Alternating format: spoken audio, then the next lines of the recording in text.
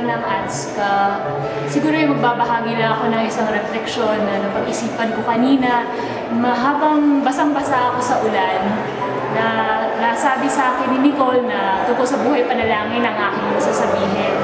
Ngayon sa ATSCA, ninanais natin na kahit meron tayong mga dalangin sa grupo, naroon din ang pagpapayaman ng personal na buhay panalangin. Ngayon, paano ko maihambing ito sa pagiging basang-basa? Una sa lahat, basang-basa na nararamdaman natin ang presensya ng Panginoon. Bumabalot ito sa atin at nasa paligid natin at hindi nawawala. Pangalawa, basang-basa dahil nalalaman natin na oo, basang-basa tayo sa mga biyaya na ating natatanggap. At basang-basa rin tayo sa ating pagiging nilalang sa mga limitasyon natin bilang isang tao. Subalit, dahil sa mga bagay na ito, sa pagiging basang ito, natututunan natin kung paano ibahagi ang pagkabasang ito, ang pagiging balot sa biyaya, ang pagdadala ng kaalaman na oo, lagi siyang nariyan.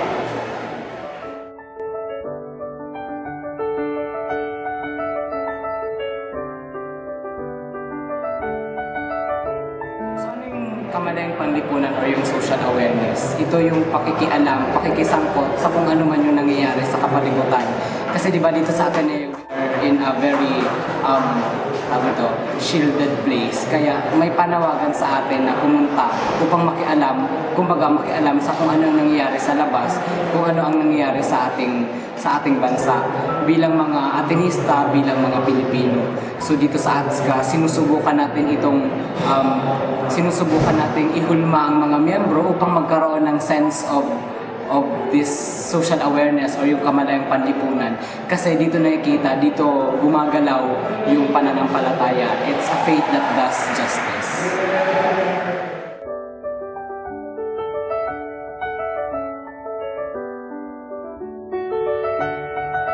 Area Apostolate plays a very important role in the life of every Atenean, in the life of every ATSCAN, because it is in the area where you get to get all those things you learn in your classroom, things like faith that does justice, things in philo about being a human person, or things about morality, theology.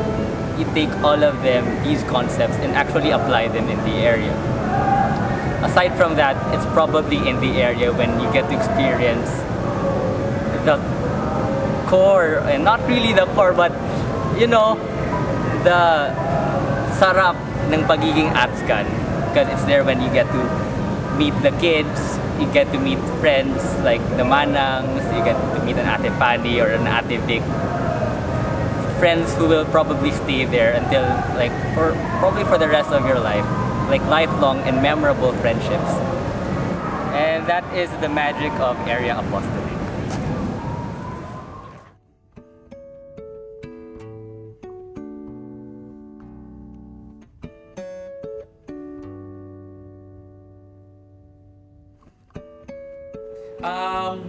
Message to all members, officers of ATSCA.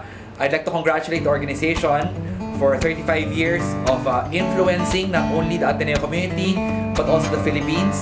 ATSCA has produced so many great people that I look up to, particularly Rene San Andres, Dr. Acho Kuyegeng, people that I admire and people who I look up to as mentors are ATSCANs. At the same time, I'd like to also encourage all members of ATSCA to continue being active in the organization, to help in nation building, and to help change our country.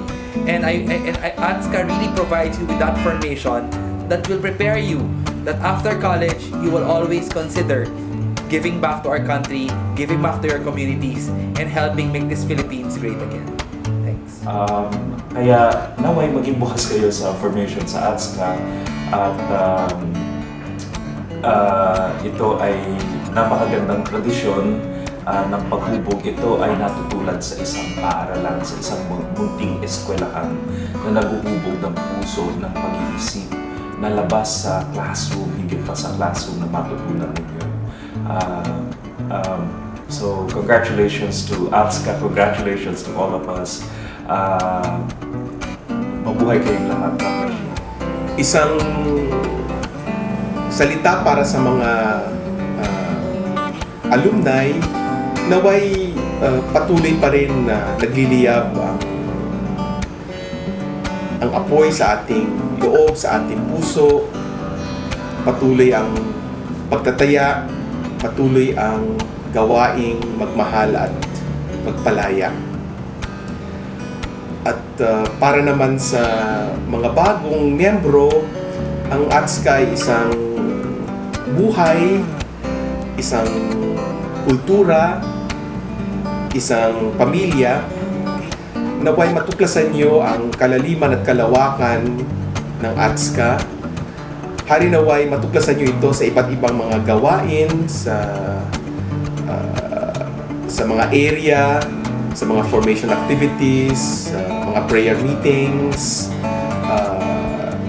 sa lahat, sapagkat lahat ng mga gawain ito ay may mahalagang ambag sa inyong paghubog bilang mga ATSCANs, bilang Atenista, bilang Kristiyano, bilang tao.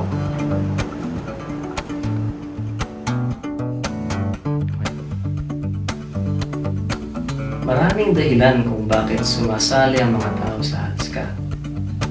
Siguro dahil may miyembrong cute, o baka naghahanap ng barkada, o kaya walang magawa, o nabuyo o naanyayahan lang ng dating kasapi. Mayroong iba na siguro nagtataka lang, no, kung ano kaya yung mga ginagawa ng mga ATSCA, kung bakit aliw na aliw sila sa mga gawain nila. Okay lang yun. Okay lang yun. Pero sa tingin ko, iisa lang yung dahilan kung bakit nananatili ang isang ATSCAN sa ATSCA, kung bakit nagiging tunay na ATSCAN ang isang ATSCAN. At yung dahilan na yun ay nandito. Kung sa panahon mo sa ATSCA ay tubuan ka ng puso na mapaglingkod sa kapwa, lalo na sa moralita, para sa bayan, ika nga, at sa Diyos.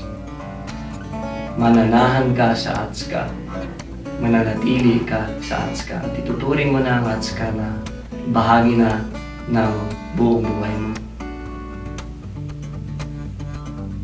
Kaya para sa mga bagong kasapi, welcome to ATSCA, enjoy your stay, and hopefully, you will treat this as your new home. 35 taon. 35 taon nang nagniningning ang ATSCA at maaari nating asahan na sa taong ito, lalo sana tayong magningning at kumislap. Ngayon na ang panahon upang tayo'y gumawa ng ating sariling ATSCA kasaysayan. Kasama mo, patuloy tayong magtaya para sa Diyos at para sa bayan. At huwag tayong mangamba sapagkat kasama mo kami at kasama natin siya. The Ateneo Student Catholic Action is an organization composed of young men and women unified by faith who strive for the promotion of service and social justice. It aims to give its members the fullest possible growth as responsive Filipinos through prayer, apostolate work, and social awareness. This is the unabated 35 years of ATSCA formation.